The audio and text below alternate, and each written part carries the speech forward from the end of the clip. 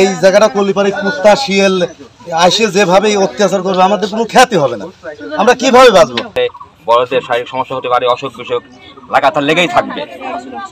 ওই পৌরসভার ময়লা আমরা আমাদের গ্রামে ফেলতে দেবো না। ভালো হয়, আর আমরা এটাই চাচ্ছি যে আমরা এখানে হতে দেবো না, আমরা বাধা সৃষ্টি করবো এটা হতে আসলে, এটাই আর কি আমাদের কথা।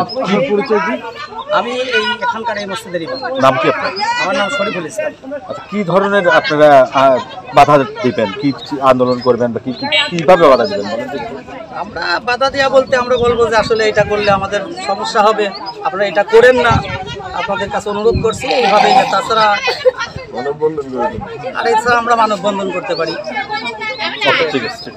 আমাদের গ্রামটা অবশ্যই খুবই ছোট, এইটুক জমি আমরা আবাদ করি, আমরা গরিব কৃষক, আমরা চাষবাস করি, এই জমিটুকু ফসল নিয়ে আমরা বিক্রি করি, সংসার চালাই, যাই মাছ ফল নিয়ে বেঁচে আছি। আর আমি যেটা বলতে চাচ্ছি, এই ময়লার ভাগার যদি এখানে করে আমাদের কি কি সমস্যা হবে? আসলে আমরা এই জমিটুকু চাষ করি, আর প্লাস এই জায়গাটা করলে পারে কুত্তা শিয়াল আসে যেভাবে অত্যাচার করবে আমাদের কোনো খ্যাতি হবে না, আমরা কিভাবে বাঁচবো?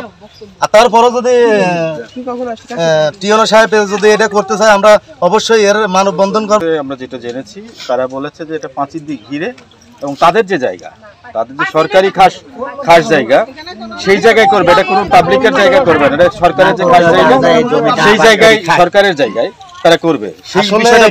এটা কিন্তু পৌরসভার ভিতরে না, এটা ইউনিয়নের ভিতরে, আর এই জায়গাটা সরকারি জমি থাকলে বা সরকারি আবাসন করে দিক, কিন্তু এটা আমরা করতে দেবো না, আবাসন করব। এটা সরকারি জায়গা যতই হোক, ঠিক আছে।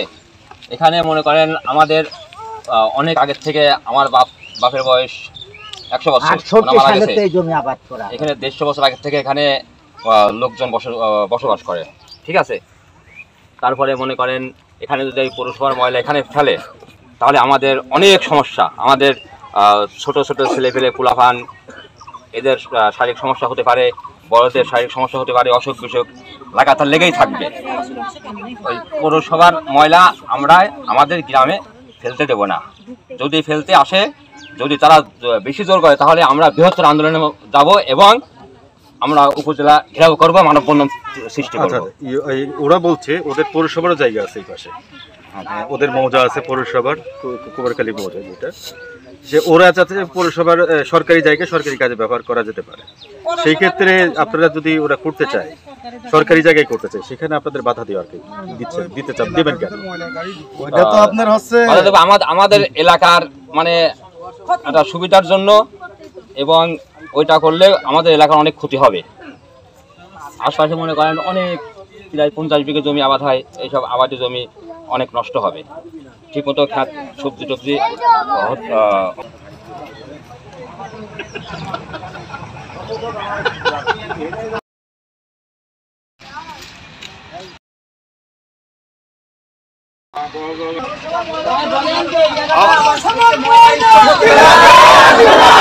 এখানে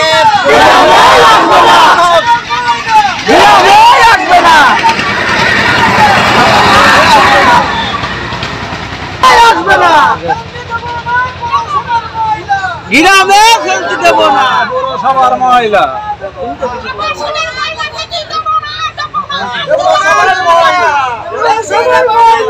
গ্রামে আসবে না।